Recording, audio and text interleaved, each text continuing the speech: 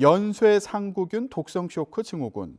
어렵기도 하고 좀 무섭기도 합니다. 예, 어떤 질병인지 먼저 설명 부탁드릴게요. 사실 연쇄구균은 아주 흔한 이제 세균이고요. 특히 소아들에서 편도선염이라든지 또는 이제 성인이나 소아에서 피부에 이제 뭐 봉소염을 일으키는 매우 흔한 균입니다. 다만 이 흔한 균이기는 하지만 이 균이 이제 침습적으로 이제 심부 감염을 일으킨다든지 또는 폐혈증을 일으키게 됐었을 경우에 독소와 또 폐혈증에 의해서 이제 중증 감염이 일어나는 경우를 이제 저희가 연쇄상구균에 의한 독성증후군 또는 연쇄상구균에 의한 이제 침습적 증후군으로 얘기를 하거든요. 그래서 뭐 흔하지는 않지만 발생할 수 있는 질환이고 다만 연쇄상구균은 소아나 성인에서 매우 흔하게 감염을 일으키는 다른 감염을 일으키는 균이기 때문에 어디서나 감염이 될 수 있는 균은 맞다라고 생각하시면 될 것 같습니다. 네. 아, 그러니까 뭐 갑자기 뭐 발생한 그런 질병은 아니다 이런 말씀이고 원래부터 있었던 그런 질병이라는 설명인데 근데 최근에 이렇게 관심을 끄는 이유는 뭡니까? 일단 이제 일본에서 코로나19 이전에도 한 700명에서 한 800명대 환자가 발생은 하긴 했거든요.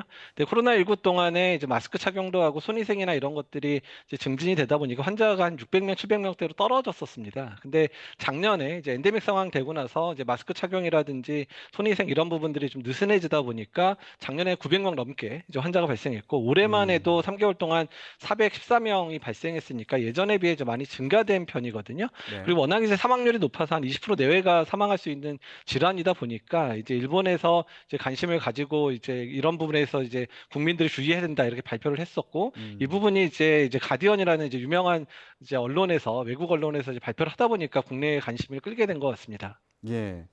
이게 초기에 어떤 증상이 나타나는지를 알면 좀 대응하기가 쉽지 않을까 이런 생각이 들기도 하는데요. 치사율은 높지만 처음에는 감염 사실 자체를 모르는 경우도 많다. 이런 얘기 들었습니다. 보통 어떤 증상이 나타납니까? 일단 초기에는 이제 발열이 이제 주된 증상이기는 하고요. 근데 다만 이게 이제 말씀드린 대로 이제 뭐 편도선염을 일으키거나 또는 이제 봉소염을 일으키는 거나 또는 상처가 난 분들한테 균이 들어갔을 때 심각하게 이제 확산되는 형태로 되면서 폐혈증을 일으키는 패턴이라서 이게 급격하게 상태가 나빠지면 이제 쇼크로 진행을 하기 때문에 사실은 이제 사전 증상을 가지고 내가 이 병일 거다 이렇게 예상하기 상당히 어려운 부분입니다. 음. 그래서 이제 어떻든 간에 고열이 나고 또 하나 이제 좀 어지럽다든지 또는 이제 상처나 이런 부분이 이제 아주 빠르게 이제 염증이 진행되는 것 같다 이러시면 바로 응급실에 내원해서 진료를 받아야 의사의 진찰을 통해서만 진단이 가능한 질병이기 때문에 이제 빠른 진료가 매우 중요합니다. 아, 그렇군요. 이게 초기에는 뭐 우리가 흔히 뭐 편도선이 붓거나 뭐 몸에 상처가 나거나 이럴 때 이제 겪는 증상과 비슷하니까 특별히 뭐 구분하기가 어려운데 급성으로 진행될 때 이제 위험한 만큼 약간 그런 기미가 보인다 그러면 빨리 병원에 가야 된다 이런 말씀이시군요. 네, 자, 맞습니다. 그러면 이게 혹시 코로나19처럼 호흡기로 전파될 가능성도 있는지 어떻습니까?